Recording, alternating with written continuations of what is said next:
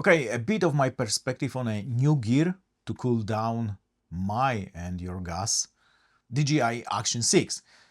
Seems it is coming soon because the Action 5 Pro was discounted last week. It was the same case last year when Action 5 Pro was introduced. Rumor says it will have a bigger sensor, but I do not see much of the benefits unless it's not fixed focus camera anymore. If it's fixed focus as it is now, the bigger sensor will only in theory give a bit better low light capabilities, but since now the low light in the Action 5 and Pocket 3 is a total mash, it won't be much better. I have Action 5 Pro and it's definitely my best vlogging camera, but I do not see the point of upgrading even if you have Action 4. Sony A7V, I've seen that it will get a new kind of the articulating screen, but what I want is dual CFexpress slot.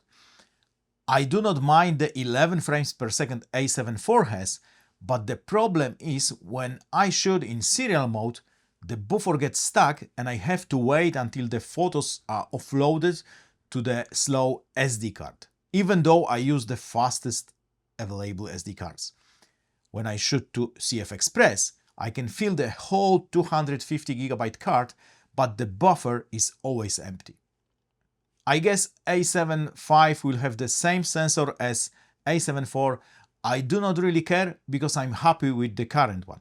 Sony rarely changes the sensor every generation. They changed it from A7 III to A7 IV, so I doubt they will change it now. I guess I won't upgrade unless A7V has a better thermal management and 2 CFexpress slots. The new screen hinge is not enough for me to upgrade from A7 IV. And some yesterday's news, DJI Action Nano, for me it's not nano enough to buy it. It's still huge, so I prefer my Action 5 Pro. Viltrox 9mm f2.8 for APS-C. This is an interesting lens and is already on my purchase list. Not really available here in Poland yet, but when it is, I'm definitely buying. It will be a great BTS lens, but I'm not sure how good the stabilization will be with Sony cameras since it's a third-party lens, but I'm buying anyway. Viltrox 14mm f2.8, also nice for the price, but I prefer 9mm since I have FX30 and 14mm is a full-frame lens. Sigma 200mm f2, I always wanted this lens for portraits, but since I have 70-200 f2.8, I'll pass. 200mm is a really niche lens. You have to be like 12-20mm away from your subject if you are shooting a full body shot. It's ridiculous. And for the headshots, f2.8 will do in 98% of the scenarios. So no. Sigma 20-200 f3.5 to f6.3. I'm actually considering this lens, but I will buy it next summer during the holidays. It has the potential to be the only travel lens. Although there is also Tamron 28-200, which is faster and $250 cheaper. Also Tamron is working on 20-200 f2.8 to f5.6. So I might choose Tamron since there are still like 8 months till the holidays.